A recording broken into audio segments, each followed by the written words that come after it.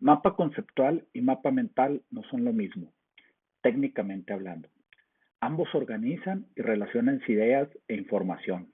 Un mapa conceptual consiste más en relacionar elementos que forman un concepto específico. En cambio, los mapas de ideas son algo más liberal, en donde organizas y conectas ideas, opiniones, ocurrencias, etc. En este tutorial usamos mapa mental o conceptual en forma indistinta. El autor al que se le atribuye esta técnica es Tony Buzan. El objetivo principal de este video tutorial es mostrar cómo los mapas mentales son una herramienta importante en un proyecto de lectura crítica encaminado a hacer una revisión de literatura de una tesis de posgrado. Un mapa mental es un diagrama, parte de una idea o concepto central. Esta idea o concepto se quiere desarrollar o explorar. ¿Ok? Por ejemplo, puede ser tu tema de investigación. A esta idea central se adicionan ramas que representan conceptos o ideas asociadas y conectadas a la idea central.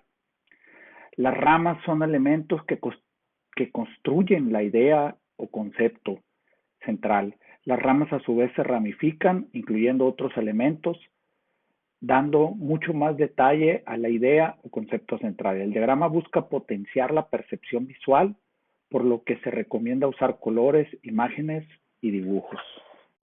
¿Por qué debo aprender a usar mapas mentales como herramienta de lectura crítica? Antes de empezar a buscar literatura, tenemos que explorar las ideas que ya tenemos. Con los mapas mentales se puede resumir la información en forma gráfica de una manera que es más fácil de memorizar. Por ejemplo, como se muestra en el video, podemos utilizarlos para hacer un esquema de la estructura de nuestra tesina o disertación. Un mapa mental se puede hacer a mano. Simplemente busca en Google mapa mental y te vas a encontrar que hay una gran diversidad de imágenes de mapas mentales, muchos de ellos coloridos y que son verdaderas obras de arte.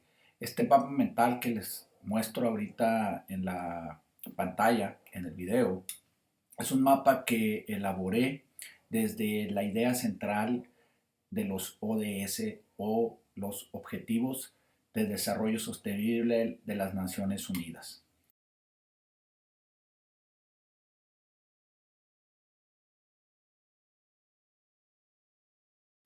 Tenemos aquí un ejemplo de cómo un mapa mental o de ideas puede crear una ruta que guíe el proceso de búsqueda de literatura. Es decir, no estamos buscando lo que sea o cualquier cosa, en este caso de los ODS, sino preguntas específicas. En este sketch, en este dibujo que yo les muestro aquí, yo simplemente me hice la pregunta, bueno, ¿qué es lo que yo necesito saber acerca de los ODS? Pues primeramente dije, bueno, yo quiero saber qué son específicamente, dónde se establecieron, cómo y cuándo México suscribió o se anexó a los ODS. También me surge el interrogante de, bueno, ¿cuál es el proceso de entrada? ¿Cuál es este procedimiento? ¿Cómo se da en México este procedimiento para traer acuerdos internacionales a, digamos, la legislación nacional, ¿no? Entonces dije yo, bueno, hay que conocer documentos, fechas, procedimientos. Y derivado de esto, ¿qué organismos se crean para adoptar y darle seguimiento a los ODS? Es decir, una vez que quedan en papel, que quedan en alguna ley, en algún acuerdo, yo supongo que tienen que materializarse en alguna institución, en algún organismo que los haga realidad, ¿no? Y después, bueno, ¿qué tan vinculantes son los ODS para, por ejemplo, los gobiernos estatales o los gobiernos municipales? Es decir, cómo verdaderamente estos acuerdos internacionales influyen en las políticas locales, ¿no? Y después me surge la duda, bueno, casos de experiencia de éxito internacional, por ejemplo, por ahí escuché algo que España ha trabajado mucho en esto, entonces, bueno, valdría la pena echarse un clavado a la literatura para ver qué hay de casos de éxito a nivel internacional. Como vimos en el ejemplo anterior, los mapas de ideas o mapas mentales son una buena herramienta para crear lo que el doctor Raúl Pacheco Vega de Flaxo C de México le llama preguntas detonadoras o enunciados anclas. Estas y estos proveen un propósito u objetivo más específico a nuestra revisión de literatura.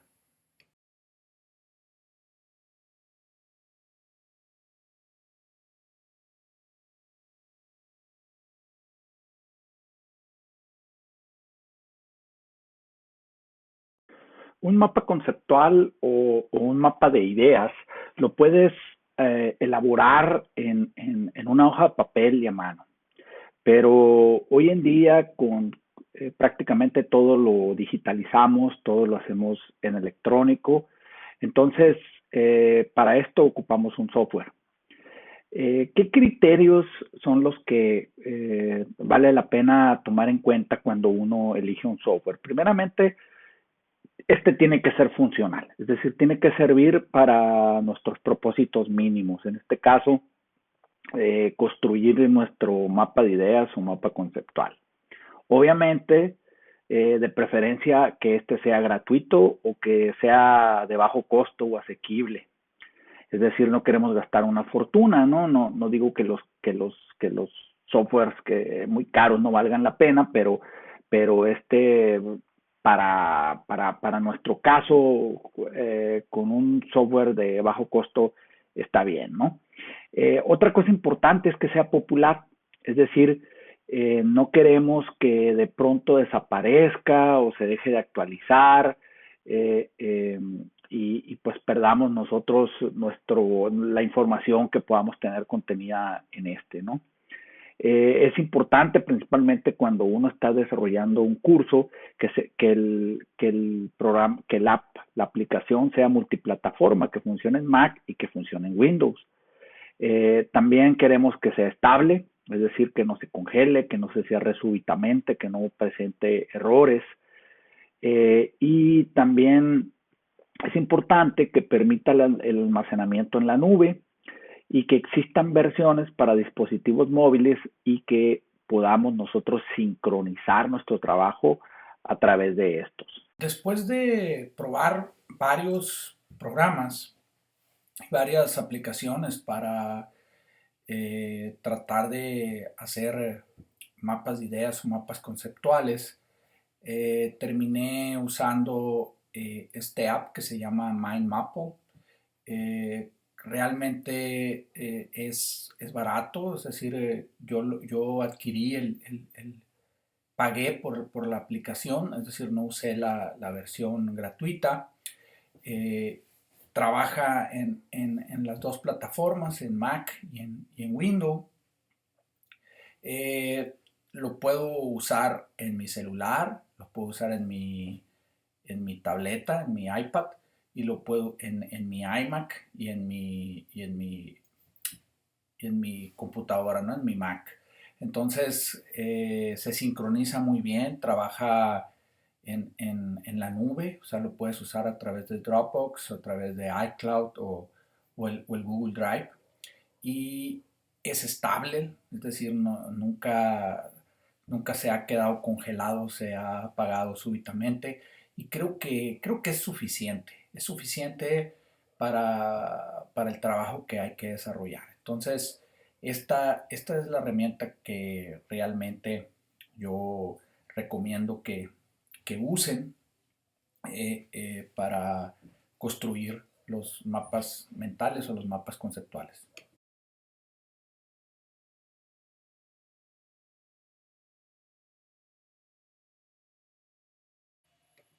Bueno, cuando abres MindMapple te aparece un primer recuadro que es donde va la idea central.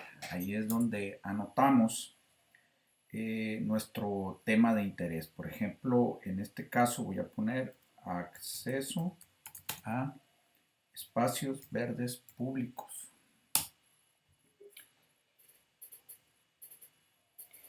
De este recuadro es de donde se van a derivar todas las ideas secundarias.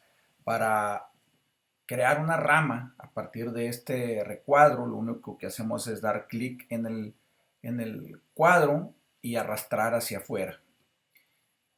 Y ahí tenemos nuestra primera rama para poder desarrollar nuestro primer subtema. Por ejemplo, en la primera rama yo puedo dedicarla para contestar la pregunta ¿dónde? Es decir, ¿en dónde me interesa estudiar el tema de acceso a espacios verdes públicos? En este caso, yo puedo crear otra subrama para dar respuesta a este interrogante y decir, bueno, a mí me interesa el estudio de caso de la ciudad de Hermosillo, Sonora.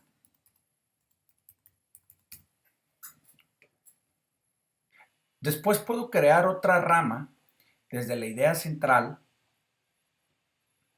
para contestar lo que es, por ejemplo, la pregunta ¿qué?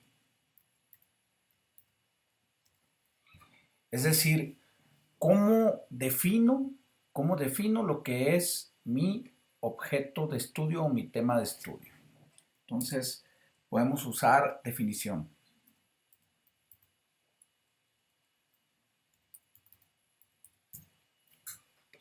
Y aquí básicamente lo que vamos a hacer es definir qué es lo que entendemos por un espacio verde público.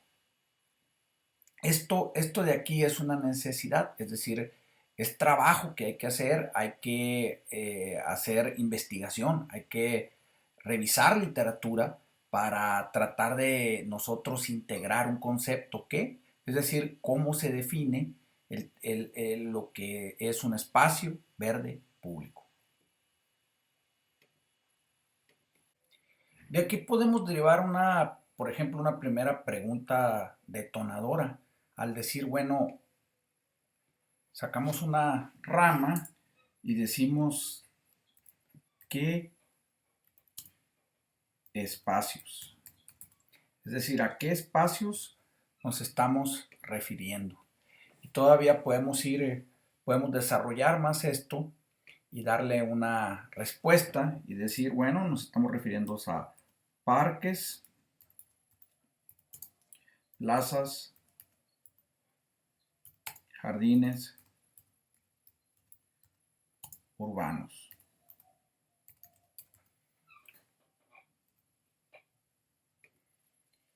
Entonces, aquí ya tenemos una pregunta y tenemos una respuesta inicial, ¿no? También otra pregunta pudiera decir,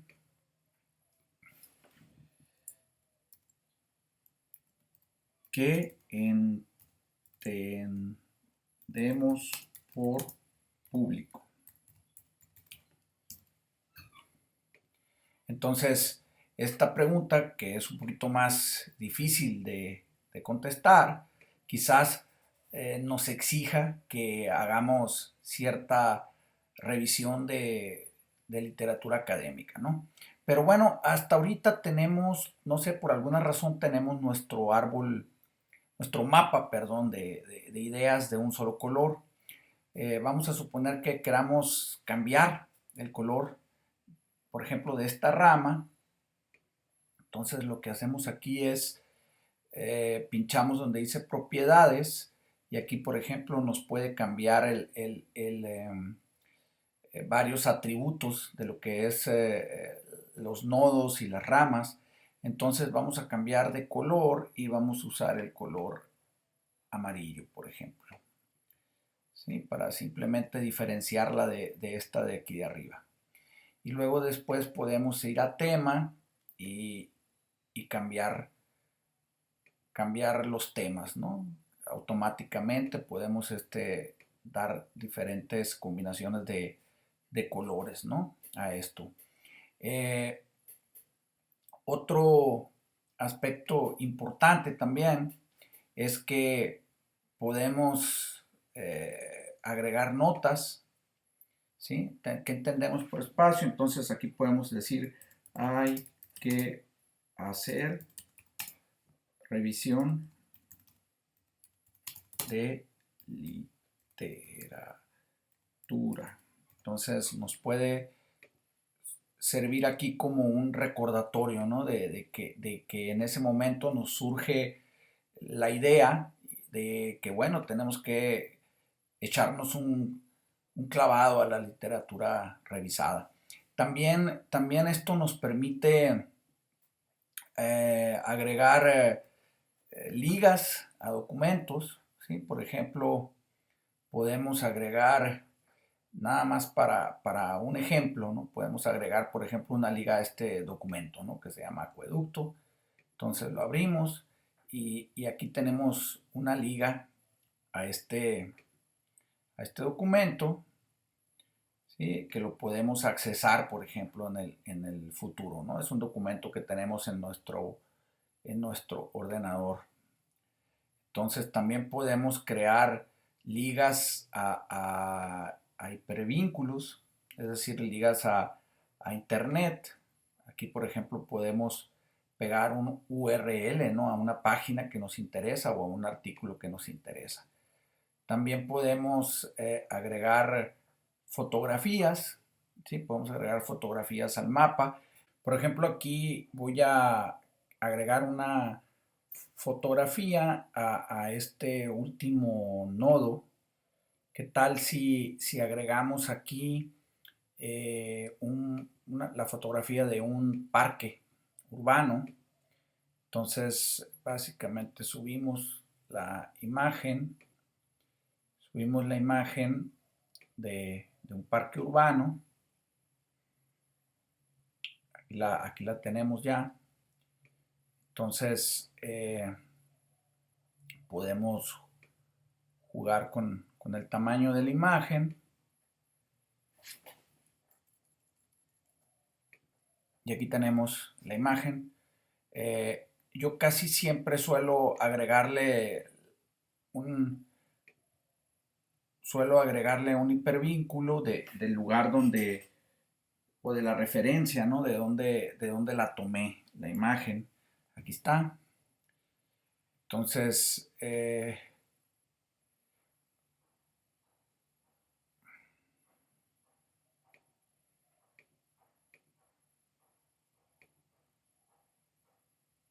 bueno, evidentemente, ese no es el hipervínculo. El hipervínculo es este, que está aquí. Lo voy a copiar y lo voy a agregar ahora sí. Ahí está. Y aquí tenemos el vínculo a esta imagen. Bueno, al final de este video yo considero que tenemos los siguientes takeaways. Primero, pues conocimos la importancia de los mapas mentales para desarrollar una idea o tema de estudio. Pueden servir para precisar y redactar mejor el título de tu futuro proyecto de investigación, para desagregar el tema en necesidades específicas de información a través de preguntas detonadoras o enunciados ancla. El mapa mental o de ideas lo puedes hacer a mano, pero es mejor buscar un software. Yo recomendé aquí MindMapple, pero puedes hacer el mismo trabajo en cualquier otro. De hecho, hay otros que tienen diferentes diseños más estéticos o incluso incluyen diferentes capacidades y diferentes herramientas. Desarrollar el tema puede requerir la elaboración de varios mapas, es decir, no todo tu trabajo puede quedar contenido en un solo mapa, puedes hacer varios mapas. Y por último, pues es una herramienta muy útil para estructurar, desarrollar y principalmente para visualizar holísticamente, es decir, en un todo, temas completos. Bueno, muchas gracias, espero que hayas disfrutado de este video. Gracias.